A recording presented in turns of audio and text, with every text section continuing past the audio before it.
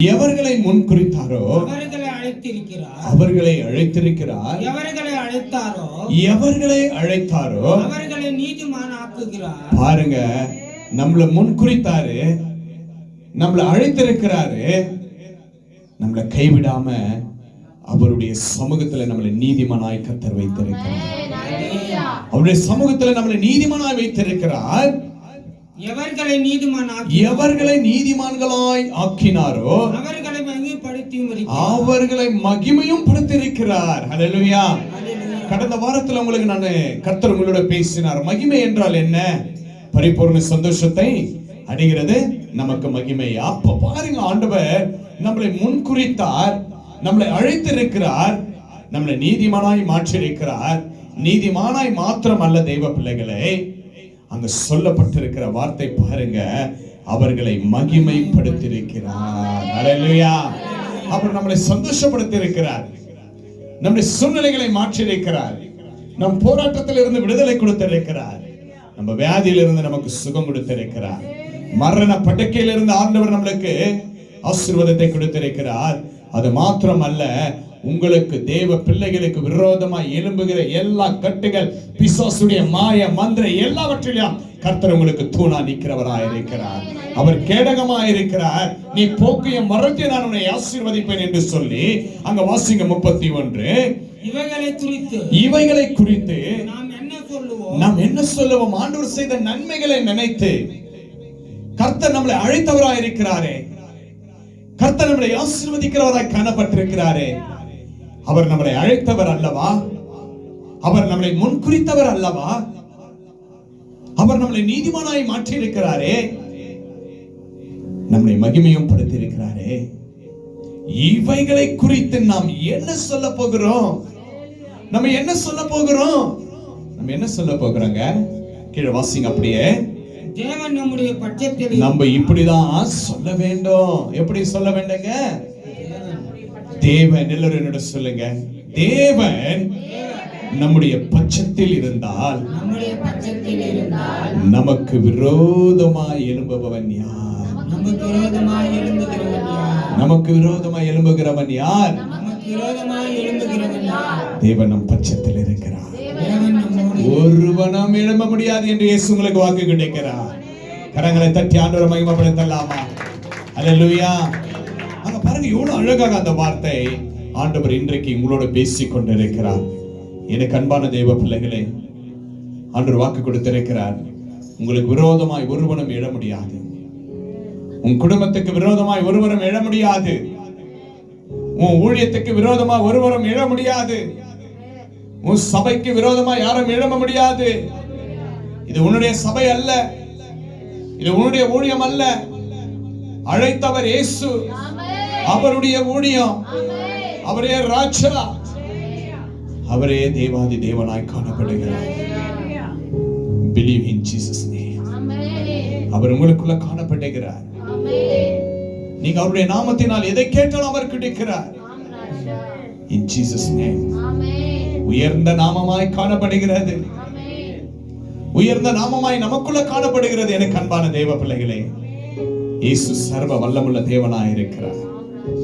அதுதான் வேதம் சொல்லப்பட்டிருக்கிறது. அப்படிதான் மோசேயை ஆண்டவர் வழி நடத்தினார், அப்படிதான் எலியாவை ஆண்டவர் வழி நடத்தினார், அப்படிதான் எலிசாவை ஆண்டவர் வழி நடத்தினார், யோசேப்பை அப்படிதான் வழி நடத்தினார், யோசுவாவை அப்படிதான் வழி நடத்தினார். ஆண்டவர் வழி நடத்துகிற தேவன். அவர் நம்மளை அழைத்தவராய் இருக்கிறார். அவர் நம்மளை அழைத்த தேவனாய் நமக்குள்ள காணப்படுகிறார். அந்த அழைப்புக்கு நாம் என்ன சொல்லப்படுகிறோம்? இயேசு என் பட்சத்தில் இருக்கிறார், நான் பயப்பட்டேன். அல்லேலூயா. உங்களுக்குள்ள அந்த வைராகம் காணப்படணும். என் இயேசு எனக்குள்ள இருக்கிறாரே, என் இயேசு என்னை பலப்படுத்துகிறாரே, நான் எதற்கும் அஞ்ச மாட்டேன், எதற்கும் நான் பயப்பட மாட்டேன். இருளில் அநேக பயங்கள் என்னை தாக்கினாலும், என் வாழ்க்கையில் அநேக போராட்டங்கள் தாக்கினாலும், இயேசுவுக்காக நான் ஓடிக்கொண்டிருப்பேன், இயேசுவுக்காக நான் நிலை நிற்பேன், இயேசுவுக்காக என் நாமத்தை, இயேசுவின் நாமத்தினால எல்லாவற்றையும் நான் செய்யம் எடுப்பேன் என்று ஆண்டவருடைய வார்த்தை நமக்குள்ள காணப்படுகிறதா இருக்கிறது. ஹalleluya ஹalleluya thank you lord. கர்த்தர் நேற்றும் இன்றும் என்றும் மாறாத தேவன் நமக்குள்ள இருக்கிறவராய் இருக்கிறார். அங்க வாசிப்போம் மீண்டும். இவைகளை குறித்து இவைகளை குறித்து நாம் என்ன சொல்லுவோம்? தேவன் நம்முடைய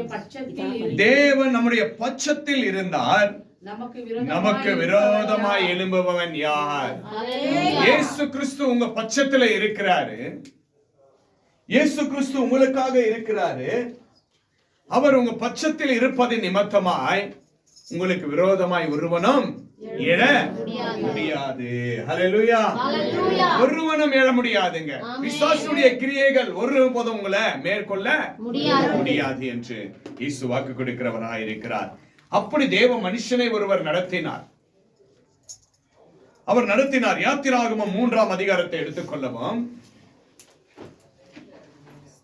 யாத்திராகமம் 3 வாசிக்கலாம். 10ஆம் வசனத்தை வாசிப்போம்.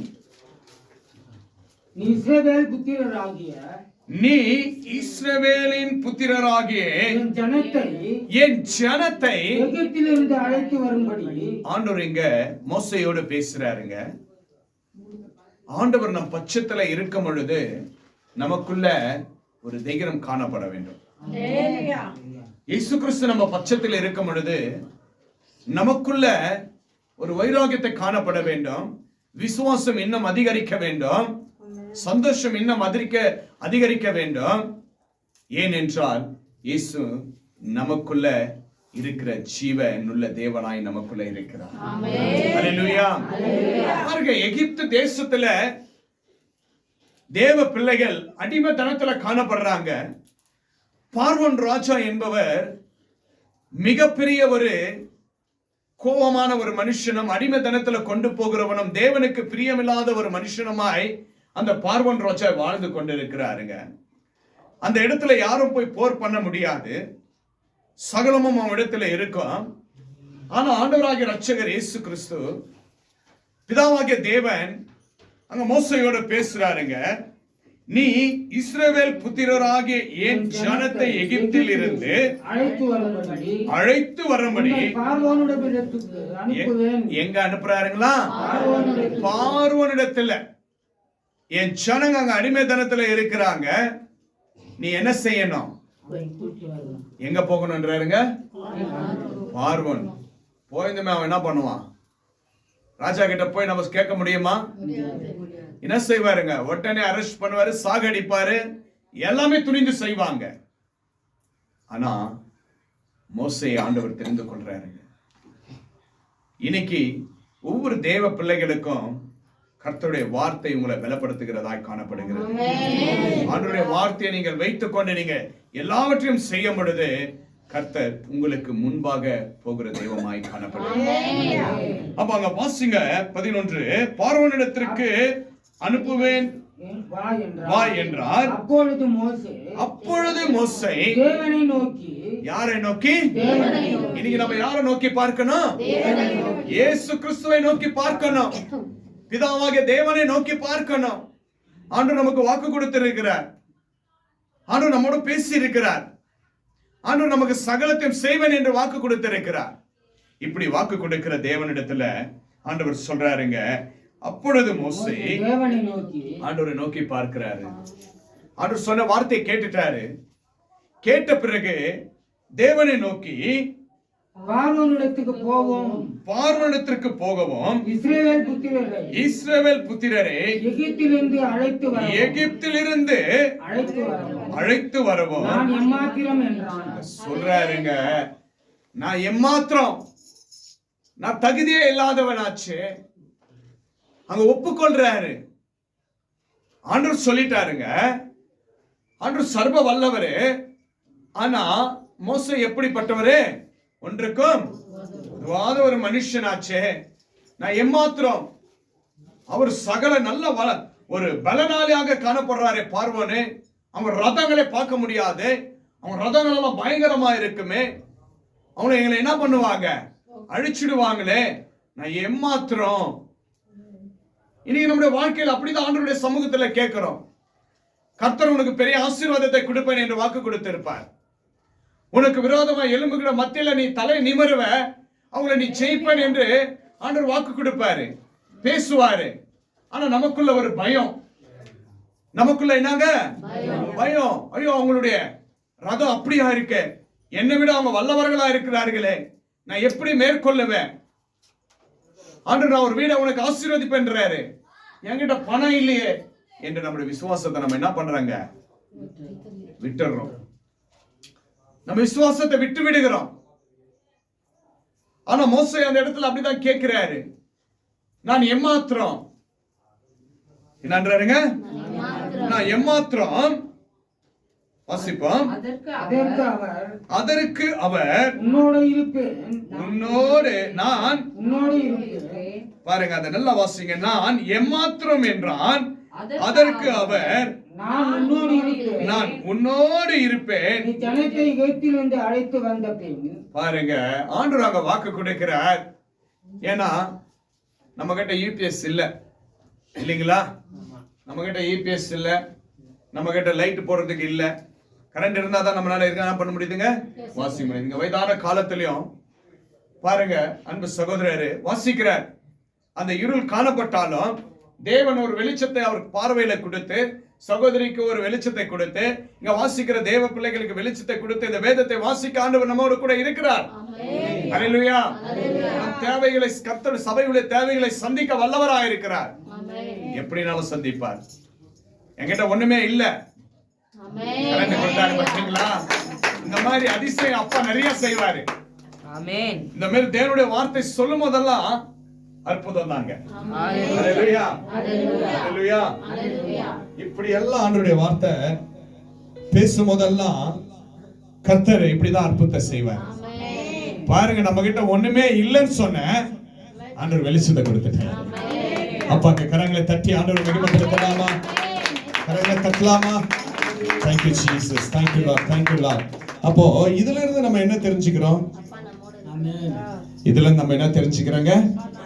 இயேசுப்பா நம்மோட இருக்கிறார். ஹல்லேலூயா. அப்ப பாருங்க, கர்த்தருடைய வார்த்தை நான் எம்மாத்திரம், அதற்கு அவர் நான் உன்னோடு இருப்பேன், நீ ஜனத்தை எகிப்தில் இருந்து அழைத்து வந்த பின் நீங்கள் இந்த மலையிலே ஆராதனை தேவனுக்கு செய்வீர்கள். ஹல்லேலூயா. அப்ப கர்த்தர் நம்மிடத்துல எதிர்பார்க்கிறது என்ன? அவரை நம்ம ஆராதிக்கணும், அவரை நம்ம மகிமைப்படுத்தணும், அவர் நமக்குள்ள காணப்படணும், அவர் நம்மோடு இருக்கணும். நீங்க எல்லாரும், நாம் எல்லாரும் ஆண்டவரை மகிமைப்படுத்தணும் என்றதை கர்த்தர் விரும்புகிறவராக இருக்கிறார். அல்லேலூயா. அங்க பாருங்க, வாசிப்போம். நீங்கள் இந்த மலையிலே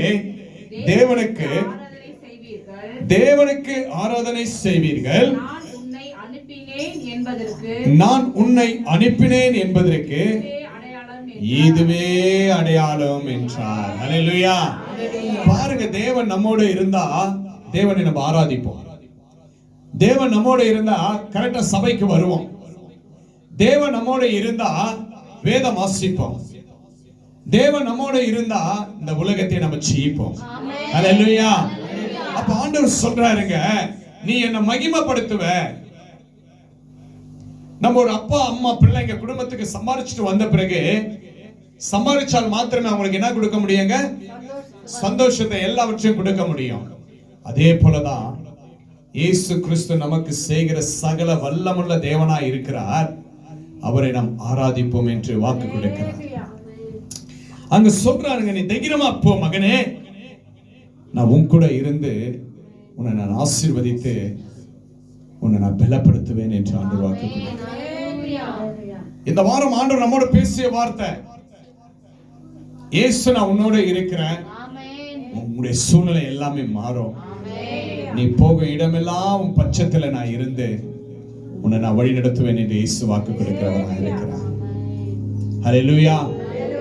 அவர் வாக்கு கொடுக்கிற தேவனுங்க, அவர் வாக்கு மாறாத தேவனுங்க. அவர் வாக்கு கொடுத்தா எல்லாமே நடக்கும். அதுக்கு நமக்கு என்ன வேணும்னாக்கா விசுவாசம் வேணுங்க.